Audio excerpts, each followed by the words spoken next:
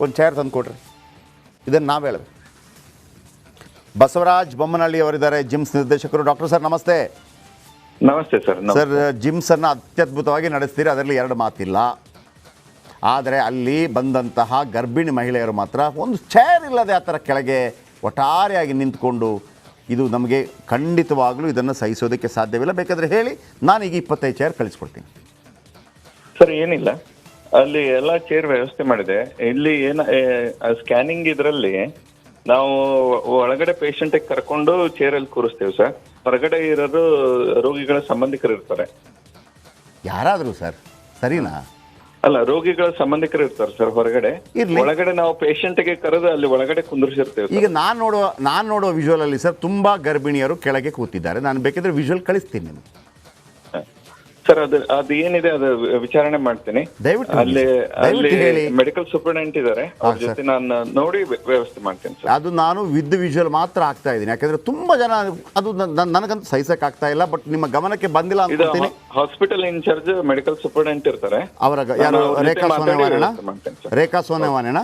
ಹೌದ್ರಿ sir. Okay, ಅವರ ಗಮನಕ್ಕೂ ತರ್ತೀನಿ. ನೀವೊಂದು ಫೋನ್ ಮಾಡಿ ಹೇಳಿ ಅವರಿಗೆ. ಆಯ್ತು ರೀ ಸರ್, ಆಯ್ತು. Thank you. Okay sir, thank you. ನಾನು ಡಾಕ್ಟರ್ಗಳ ಜೊತೆ ಜಗಳಾಡೋದಕ್ಕೆ ರೆಡಿ ಇಲ್ಲ. ನಾನು ಟೀಚರ್ಸ್ಗಳ ಜೊತೆ ಜಗಳಾಡೋದಕ್ಕೆ ರೆಡಿ ಇಲ್ಲ.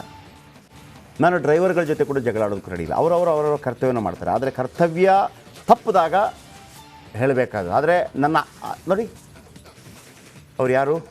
ಆ ತಾಯಿ ಯಾರು? ಒಂದು ಒಂದು ಒಂದು ಒಂದು ಮಧ್ಯಮ ವರ್ಗದಿಂದ ಬಂದಿರುವಂಥದ್ದು. 2,000 3,000 ಸೂಪರ್ ಇದ್ದಿದ್ದರೆ ಇಲ್ಲಿಗೆ ಯಾಕೆ ಬರ್ತಿದ್ರು? ಸರ್ಕಾರಿ ಆಸ್ಪತ್ರೆಗೆ ಬರ್ತಾರಲ್ವಾ? ಅವರನ್ನು ನಾವು ಹೆಂಗೆ ಸರ್ಕಾರಿ ಆಸ್ಪತ್ರೆಗೆ ಬಂದಾಗ ಹೆಂಗೆ ತೋರಿಸ್ತೀವಿ ಅಂತಂದರೆ, ಬಂದಿದ್ದಾರೆ, ಯಾಕೆ ಸರ್ಕಾರಿ ನೌಕರಿಗೆ ಯಾಕೆ ಹೇಳಲ್ಲ? ಸರ್ಕಾರಿ ನೌಕರಿಗೆ ಬಂದಿದ್ದಾನೆ ಯಾಕೆ ಹೇಳಲ್ಲ? ಸರ್ಕಾರಿ ನೌಕರಿ ಬೇಕಲ್ವಾ? ಸರ್ಕಾರಿ ನೌಕರಿ ಇದ್ದಾಗ, ಸರ್ಕಾರಿ ಆಸ್ಪತ್ರೆಗೆ ಬಂದಾಗ ಆ ಬಂದಂಥ ಹೆಣ್ಮಕ್ಕಳು, ತಾಯಂದಿರು ಹಿಂಗೆ ಕನಿಷ್ಠ ಆಗಿಬಿಡ್ತಾರೆ. ನಿಮಗೆ ಹೆಂಗೆ ಕನಿಷ್ಠ ಆಗಿಬಿಡ್ತಾರೆ? ಬೇಕಲ್ವಾ? ಮಾನವೀಯತೆ ಅನ್ನೋದು ಇರಬೇಕಲ್ವಾ? ದಯೆ ಅಂತ ಒಂದು ಇರಬೇಕಲ್ವಾ? ಶ್ರೀಮಂತನಿಗಾದ್ರೆ ಎಲ್ಲವೂ ಮಾಡಿಸ್ಕೊಡೋದಿಲ್ವ ನಾವು? ಈಗ ಪೊಲೀಸರು ಕಾನ್ಸ್ಟೇಬಲ್ ಇರ್ತಾರಲ್ಲ, ಅವರು ಏನು ಅಂದ್ಕೊಂಡಿದ್ದೀರಿ ನೀವು? MLA ಮುಂದೆ ಹಿಂಗೆ ನಮಸ್ಕಾರ ಹೊಡಿಯೋಕೆ ಅಲ್ಲ. ನಿಮಗೂ ತೊಂದರೆ ಆದರೂ ಕೂಡ ನಿಮಗೂ ಸೆಕ್ಯೂರಿಟಿ ಕೊಡಬೇಕು. ಕಳ್ಳ ಪಿಪಾಸುಗಳಿಗೆ ಸೆಕ್ಯೂರಿಟಿ ಕೊಡ್ತಾರೆ, ಕೊಡಲ್ವಾ? ಈ ಕಳ್ಳರು, ದಗಾಕೋರರು, ಆಮೇಲೆ ಡಾನ್ಗಳು, ಅವರಿಗೆ ಸೆಕ್ಯೂರಿಟಿ ಒಬ್ಬ ಪೊಲೀಸ್ ಕೊಡ್ತಾರೆ, ಗನ್ ಕೊಡ್ತಾರೆ. ಇವ್ರಿಗೂ ಕೊಡಿ. ಇವ್ರಿಗೇನಾದರೂ ಗನ್ ಕೊಟ್ಬಿಟ್ರೆ ಕೆಲವು ಹೆಣ ಬಿದ್ದಿತ್ತು. ಕಳ್ಳಕಾಕರಿಗೆ ಆತ್ಮರಕ್ಷಣೆಗೆ ಗನ್ ಇರುತ್ತೆ, ಗೊತ್ತಾ ನಿಮಗೆ? ಡಾನ್ಗಳಿಗೆ ಗನ್ ಇರುತ್ತೆ, ಗೊತ್ತಾ ನಿಮಗೆ? ಗನ್ನು ಪೊಲೀಸೇ ಕೊಡೋದು ಆತ್ಮರಕ್ಷಣೆಗೆ ಅಂತ. ನ್ಯಾಯಯುತವಾಗಿ ತೆರಿಗೆ ಕಟ್ಟಿ ಬೆಳಗ್ಗೆ ಸಂಜೆ ಒಂದು ಅನ್ಯಾಯ ಮಾಡದೆ ಏನು ಸರ್ಕಾರದ ಎಲ್ಲ ಸವಲತ್ತುಗಳು ಎಲ್ಲ ಕಾನೂನುಗಳನ್ನು ಪಾಲಿಸುವ ಇವರಿಗೆ ಇಲ್ಲ. ಹೆಂಗೆ ಬಿಡಬೇಕಾ ಇದನ್ನು? ನೆಲದ ಮೇಲೆ ಕೂತಿರೋರನ್ನ. ಬಸವರಾಜ್ ಬೊಮ್ಮನಹಳ್ಳಿ, ಜಿಮ್ಸ್ ನಿರ್ದೇಶಕರು, ನಿಮ್ಮ ಗಮನಕ್ಕೆ ತಂದಿದ್ದೀನಿ. ಡಾಕ್ಟರ್ ರೇಖಾ ಸೋನಾವಾನೆ, ಹೆಣ್ಮಗಳು ನೀವು, ಜಿಮ್ಸ್ ವೈದ್ಯಕೀಯ ಅಧೀಕ್ಷಕರು. ಅಲ್ಲಿ ಒಳಗೆ ತಗೊಂಡೋಗಿ ಕೊಟ್ಟಿದ್ದೀವಿ, ಹೊರಗೆ ತಗೊಂಡೋಗಿ ಗೊತ್ತಿಲ್ಲ. ಬಂದವರಿಗೆ ಕೂರೋದಕ್ಕೆ ಸೀಟ್ ಕೊಡಿ. ಯಾಕೆ ಅವ್ರು ಕೂರಬಾರ್ದು ಅಂತಿದೆಯಾ? ಯಾಕೆ ಅವ್ರ ಜೊತೆ ಬಂದವ್ರಿಗೆ ಏನು ಕೂರಬಾರ್ದಾ? 24 ಗಂಟೆ ಒಳಗಲ್ಲ, ಇವತ್ತು ಸಂಜೆಯ ಒಳಗೆ ಸೀಟ್ ಅರೇಂಜ್ಮೆಂಟ್ ಆಗಿಲ್ಲ ಅಂತಂದರೆ ನಿಮ್ಮ ಇಡೀ ನೀವಲ್ಲಿ ಇರಬಾರ್ದಷ್ಟೇ. ನೀವು ಇರಬಾರ್ದಲ್ಲಿ ಎತ್ತಂಗಡಿ ಮಾಡಿಸ್ಬಿಡ್ಬೇಕು. ಜಿಮ್ಸ್ ಆಸ್ಪತ್ರೆ ಗದಗ ಹೈಟೆಕ್ ಆಸ್ಪತ್ರೆ. ಆದರೆ ಅಲ್ಲಿ ಬರೋದು ಖಾಸಗಿ ಆಸ್ಪತ್ರೆಗೆ ನೀವು ಸ್ಕ್ಯಾನಿಂಗ್ ಗೀನಿಂಗ್ ಹೋದರೆ 1,500 ರೂಪಾಯಿ 2,000 ರೂಪಾಯಿ. ಇಲ್ಲಿ 100 ರೂಪಾಯಿಂದ ಆಗುತ್ತೆ. ಬಡ ಮಹಿಳೆಯರು ಬರ್ತಾರೆ. ಸರ್ಕಾರ ಇರೋದು ಬಡ ಮಹಿಳೆಯರಿಗೆ, ಬಡವರಿಗಾಗಿನೇ. 90% ಬಡವರು ಈ ಥರ ಕೂತ್ಕೋಬೇಕಾ? ಇಲ್ಲೊಂದು ಸೀಟ್ ವ್ಯವಸ್ಥೆ ಮಾಡ್ಕೊಡೋಕ್ಕಾಗೋದಿಲ್ಲ. ನಿಮ್ಮಿಂದ ಆಗೋದಿಲ್ಲ ಅಂದರೆ ಕೈ ಎತ್ತಿ ಹೇಳ್ತೀನಿ, ಬರ್ಕೊಡಿ. ನಮ್ಮಿಂದ ಮಾಡೋಕ್ಕಾಗಲ್ಲ. 2 ಗಂಟೆ ಒಳಗೆ ವ್ಯವಸ್ಥೆ ಮಾಡ್ತೀವಿ. ಬನ್ನಿ. ರೇಖಾ ಸೋನಾವಾನೆ, ಜಿಮ್ಸ್ ವೈದ್ಯಕೀಯ ಅಧೀಕ್ಷಕರು ಇದ್ದಾರೆ. ಡಾಕ್ಟರ್ ಮೇಡಮ್ ನಮಸ್ತೆ. ಓಕೆ, ಕಟ್ಟಾಗಿದೆ. ನಮ್ಮ ರಿಪೋರ್ಟರ್ ಇರಬೇಕು ಅದರ ಮುಂಭಾಗ. ಮಂಜುನಾಥ್ ರೆಡಿ ಇದ್ದಾರೆ. ಮಂಜುನಾಥ್, ಈಗ ಆಸ್ಪತ್ರೆಯ ಮುಂಭಾಗದಿಂದ ನೀವಿದ್ದೀರಿ. ಭಾಳ ಅದ್ಭುತವಾದಂಥ ಸ್ಟೋರಿ. ಒಳ್ಳೆ ಆಸ್ಪತ್ರೆ, ಅದರಲ್ಲಿ 2 ಮಾತಿಲ್ಲ. ನಾನು ಹೇಳಿದ್ನಲ್ವಾ, ಚಿನ್ನ ತಟ್ಟೆಯಲ್ಲಿ ಊಟ ಕೊಟ್ಟು ಅದೇನೋ ಮಾಡಿದ್ರಂತೆ ಅನ್ನೋ ರೀತಿಯಲ್ಲಿ ಆಗಿದೆ. ಒಂದು 25 ಸೀಟ್ ಹಾಕಿದರೆ ಅಥವಾ ಸೈಡಲ್ಲಿ ಹಾಕಿದ್ರು, ಹೊರಗಡೆ ಹಾಕಿದ್ರು, ಎಲ್ಲಾದರೂ ಒಂದು ಹಾಲಲ್ಲಿ ಹಾಕಿದ್ರು ಕೂತ್ಕೊಂಡ್ಬಿಡ್ತಾರೆ. ಯಾಕಿಲ್ಲ, ಅಕ್ಕಪಕ್ಕದವರಿಂದ ಬೇಕಿದ್ರೆ ತರಿಸ್ಕೊಳ್ಳೋಣ. ಬೇಕಿದ್ರೆ ನಾನು ಸಂಬಂಧಪಟ್ಟ ಬಸವರಾಜ ಬೊಮ್ಮನಹಳ್ಳಿ ಅವ್ರಿಗೆ ಹೇಳಿದ್ದೀನಿ, ಅವರು ಅದರ ಗಮನ ಹರಿಸ್ತಾರೆ ಅಂತೇಳಿ.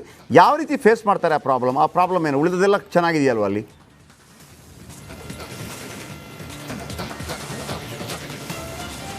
ಹೌದು ಜಯಪ್ರಕಾಶ್ ಶೆಟ್ಟಿ, ಏನು ಗದಗನ ಜಿಮ್ಸ್ ಹೈಟೆಕ್ ಆಸ್ಪತ್ರೆ ಅಂತಲೇ ಹೇಳ್ಬೋದು. ಯಾಕಂತಂದರೆ ಗದಗ ಜಿಲ್ಲೆ ಮಾತ್ರವಲ್ಲ, ಪಕ್ಕದ ಕೊಪ್ಪಳ, ಹಾವೇರಿ, ಧಾರವಾಡ ಸೇರಿದಂತೆ ಬಹುತೇಕ ಜಿಲ್ಲೆಗಳಿಂದನೂ ಕೂಡ ಈ ಒಂದು ಆಸ್ಪತ್ರೆಗೆ ಬರ್ತಾರೆ. ಸಂಪೂರ್ಣವಾಗಿ ಹೈಟೆಕ್ ಆಸ್ಪತ್ರೆ ಇದೆ ಮತ್ತು ಏನು ಜಿಮ್ಸ್ ಆಸ್ಪತ್ರೆ ಆದ ನಂತರ ಇಲ್ಲಿ ಒಳ್ಳೆಯ ಚಿಕಿತ್ಸೆ ಸಿಗುತ್ತೆ ಅಂತೇಳಿ ಸಾಕಷ್ಟು ಸಂಖ್ಯೆಯಲ್ಲಿ ಬರ್ತಾರೆ. ಆದರೆ ಇಲ್ಲಿ ಮೂಲಭೂತ ಸೌಕರ್ಯವಾದಂಥ ಏನು ಗರ್ಭಿಣಿಯವರು ಏನು ಸ್ಕ್ಯಾನ್ ಕೇಂದ್ರಕ್ಕೆ ಹೋಗ್ತಾರೆ, ಅಂಥ ಸ್ಕ್ಯಾನ್ ಕೇಂದ್ರದ ಮುಂಭಾಗದಲ್ಲೇ ಕೂಡ ಆಸನದ ವ್ಯವಸ್ಥೆ ಇಲ್ಲ. ಹೀಗಾಗಿ ಬೆಳಗಿನ ಜಾವ ಅವರು ಒಂದು 9 ಗಂಟೆ 10 ಗಂಟೆಗೆ ಬಂದರೆ ಮಧ್ಯಾಹ್ನ 3ರಿಂದ 4 ಗಂಟೆವರೆಗೂ ಕೂಡ ಅವರು ಅಲ್ಲಿ ನಿಂತುಕೊಳ್ಳುವಂಥ ಪರಿಸ್ಥಿತಿ ಆಗಿರುತ್ತೆ. ಇಂಥ ಸಮಯದಲ್ಲಿ ಸಾಕಷ್ಟು ಗರ್ಭಿಣಿ ಮಹಿಳೆಯರು ಕೂಡ ಅಲ್ಲೇ ನೆಲದ ಮೇಲೆ ಕೂಡ್ತಾರೆ. ಆದರೆ ಒಬ್ಬ ಗರ್ಭಿಣಿ ಮಹಿಳೆ ಅಂತಂದರೆ ಎಲ್ಲರೂ ಕೂಡ ಅವಳನ್ನು ಬಹಳಷ್ಟು ಚೆನ್ನಾಗಿ ನೋಡ್ಕೋತಾರೆ.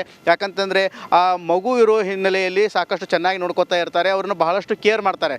ಆದರೆ ಈ ಒಂದು ಜಿಮ್ಸ್ ಆಸ್ಪತ್ರೆಯಲ್ಲಿ ಸ್ಕ್ಯಾನಿಗೆ ಬಂದಂಥ ಮಹಿಳೆಯರನ್ನು ಬಹಳಷ್ಟು ಅಮಾನೀಯವಾಗಿ ನಡೆಸ್ಕೊಳ್ತಾ ಇದ್ದಾರೆ. ಯಾಕಂತಂದರೆ ಗರ್ಭಿಣಿಯರು ಸಾಲು ಹಿಡಿದು ಕೂತ್ಕೊಂಡಿರ್ತಾರೆ, ಅವ್ರ ಮುಂಭಾಗದಲ್ಲೇ ಕೂಡ ಜನರು ಓಡಾಡ್ತಾ ಇರ್ತಾರೆ. ಈ ಬಗ್ಗೆ ಏನು ಇಲ್ಲಿಯ ಅಧೀಕ್ಷಕರಾಗಿರ್ಬೋದು ಮತ್ತು ಜಿಮ್ಸ್ ನಿರ್ದೇಶಕರು ಕೂಡ ಯಾವುದೇ ರೀತಿ ಕ್ರಮ ಕೈಗೊಳ್ತಾ ಇಲ್ಲ. ಬೇರೆ ವಿಭಾಗದಲ್ಲಿ ಸಾಕಷ್ಟು ಚೇರ್ಗಳ ವ್ಯವಸ್ಥೆ ಇದ್ದಾವೆ, ಆದರೆ ಇಲ್ಲಿ ಸಾಕಷ್ಟು ಸಂಖ್ಯೆಯಲ್ಲಿ ಗರ್ಭಿಣಿಯರು ಬರ್ತಾರೆ. ಪ್ರತಿನಿತ್ಯ ಏನು 100-200ಕ್ಕೂ ಹೆಚ್ಚು ಗರ್ಭಿಣಿಯರು ಸ್ಕ್ಯಾನಿಗೆ ಬರ್ತಾರೆ. ಇಂಥ ಸಮಯದಲ್ಲಿ ಅವರಿಗೆ ಏನು ಆಸನದ ವ್ಯವಸ್ಥೆ ಇಲ್ಲದಿರೋದರಿಂದ ಸಾಕಷ್ಟು ಸಮಸ್ಯೆ ಅಲ್ಲಿ ಎದುರಿಸ್ತಾ ಇದ್ದಾರೆ. ಗರ್ಭಿಣಿಯರು ಕೂಡ ರಿಪಬ್ಲಿಕ್ ಕನ್ನಡದ ಜೊತೆಗೆ ಮಾತನಾಡುತ್ತಾ ಹೇಳಿದರು, ನಾವು ಬೆಳಗಿನ ಜಾವನೂ ಕೂಡ ಬಂದಿದ್ದೇವೆ, ಆದರೆ ಈವರೆಗೂ ಕೂಡ ಸ್ಕ್ಯಾನ್ ಆಗಿಲ್ಲ. ಆದರೆ ನಾವು ಸಾಕಷ್ಟು ಸಮಯದವರೆಗೂ ಕೂಡ ನಿಲ್ಕೊಳ್ಳೋಕೆ ಆಗ್ತಾ ಇಲ್ಲ, ಆದರೆ ಕೂತ್ಕೊಳ್ಳಲು ಕೂಡ ಸರಿಯಾದ ವ್ಯವಸ್ಥೆ ಇಲ್ಲದಿರೋದ್ರಿಂದ ಸಾಕಷ್ಟು ನಮಗೆ ಸಮಸ್ಯೆ ಆಗ್ತಾ ಇದೆ. ಈ ಬಗ್ಗೆ ಏನು ನೀವಾದರೂ ಕೂಡ ನಮಗೆ ಆಸನದ ವ್ಯವಸ್ಥೆ ಮಾಡಿಕೊಡ್ಬೇಕಂತ ಹೇಳಿ ಇಲ್ಲಿಯ ಗರ್ಭಿಣಿಯರು ಕೂಡ ಒತ್ತಾಯ ಮಾಡ್ತಾ ಇದ್ದಾರೆ. ಈ ಬಗ್ಗೆ ಏನು ಜಿಮ್ಸ್ ನಿರ್ದೇಶಕರಾಗಿರ್ಬೋದು ಮತ್ತು ಅಧೀಕ್ಷಕರು ಕೂಡ ಸೂಕ್ತವಾದ ಕ್ರಮ ಕೈಗೊಳ್ಳಬೇಕಾಗಿದೆ.